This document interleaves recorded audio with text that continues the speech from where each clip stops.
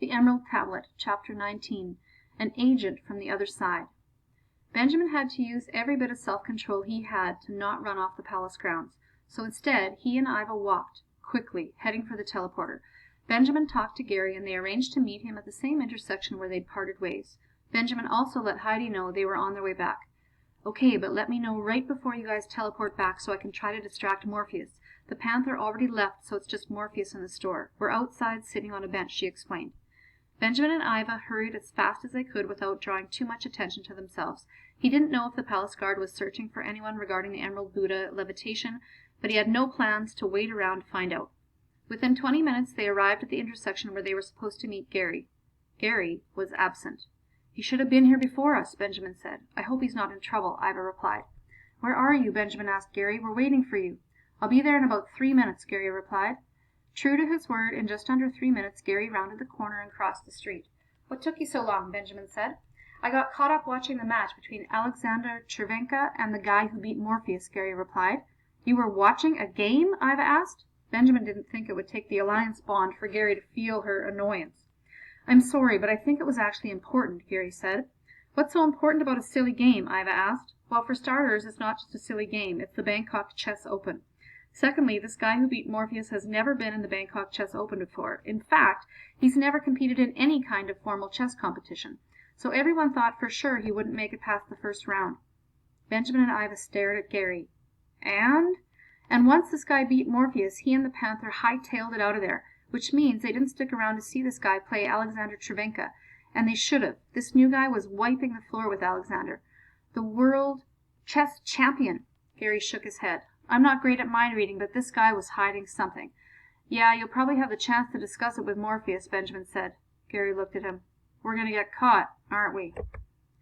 Benjamin shrugged. "Heidi says Morpheus is back and in his store. The Panther's gone, but I don't see how we can return without letting Morpheus know we used his teleporter." "So we will get in trouble," Iva said. "What choice do we have?" Benjamin shrugged. "We could wait until he's left the store," Gary suggested, his eyes getting wide again. "We could go back and watch the chess tournament some more."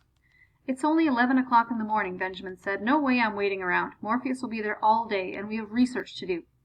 Gary sighed. "That's true. Not to mention the practice hours we need to log for the week," he said. "I'm way behind because of all the research we've been doing." "Yeah," Iva added. "We better just get back and deal with Morpheus as best we can."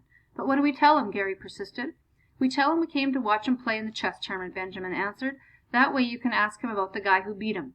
Benjamin communicated the plan to Heidi and asked her and Andy to meet them inside the store. He, Gary, and Iva walked to the alley where the teleporter was located.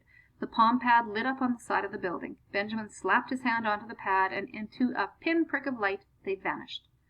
When they arrived in the back of the store, Benjamin could make out Heidi's voice coming from the front room. "Are you sure the Moonstone is a more powerful telemagnifier than the Rainbow Boji stones?" she asked. "Oh, much more powerful," Morpheus replied. "Have you tested your telepathic abilities in the chambers yet?" There were no other customers in the store. "Yes, I have, and the Moonstone really does seem to stretch my telepathic range," Heidi said. Benjamin, Gary, and Iva tried to sneak from the back room into the front of the store. Morpheus turned around and looked directly at them, though they hadn't made a sound. "What are you three doing?" he asked. "Did you just arrive on my teleporter?" "Oh, actually, yes, we did," Benjamin answered. He had still been holding out a slight hope that Morpheus wouldn't notice their return. "Oh," Morpheus said, returning his normal, unconcerned voice. "Where from?" he asked. "Bangkok," Benjamin replied. "Oh," Morpheus said, "Bangkok. Well, I guess that's okay." "What? You aren't upset?" Gary asked.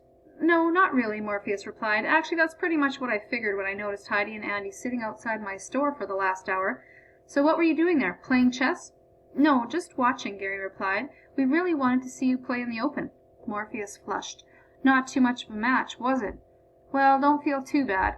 After you, he played Alexander Chervenka, and you'll never believe who won," Gary said. "Alexander?" Morpheus replied. "No, the other guy," Gary said.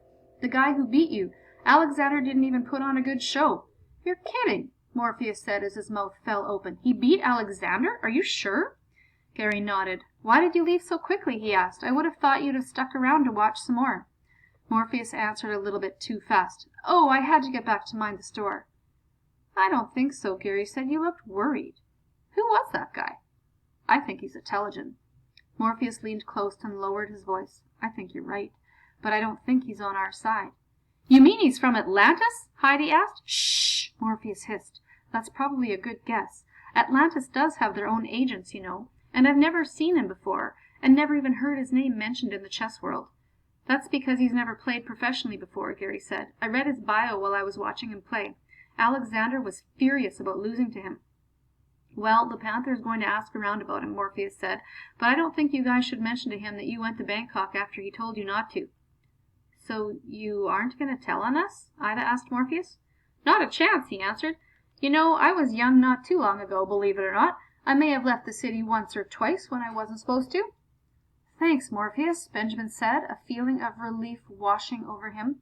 He didn't want to have to stop searching for the keys. Thinking of them, he felt for the one in his pocket. It was safe, there next to the toy police car Derek and Douglas had given him. "Not tell about what?" They all turned in the direction of the voice. Somehow none of them had heard the door open.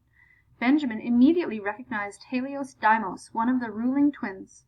Benjamin wasn't sure what to say, and specifically did not want to answer the question. Helios," Morpheus said, immediately shifting his attention to his new famous patron. "How wonderful of you to grace my humble store with your business." "Always a pleasure to see you again, Morpheus Midas," Helios replied. It then dawned on Benjamin that something was different about Helios Deimos. He was alone. "Where's your sister?" he mustered up the courage to ask, hoping to distract Helios. "Selene had business outside of Lemuria she needed to attend to," Helios laughed. "You know, we don't do everything together." "You don't?" Andy asked. "If we did, what would be the point in having two rulers?" Helios replied. "So you guys can leave Lemuria?" Benjamin asked. "When it is required," Helios replied. "But you never answered my original question. What secret is Morpheus keeping?" So much for distraction.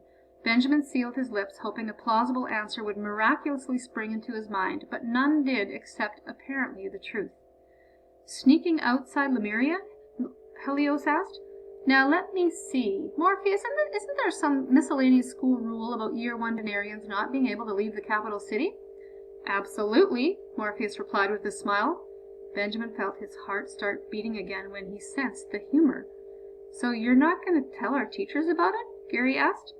"Trust me, Gary Goodweather," Helios said. "Both Selene and I have much more important matters to deal with than which students are leaving the city to watch chess tournaments."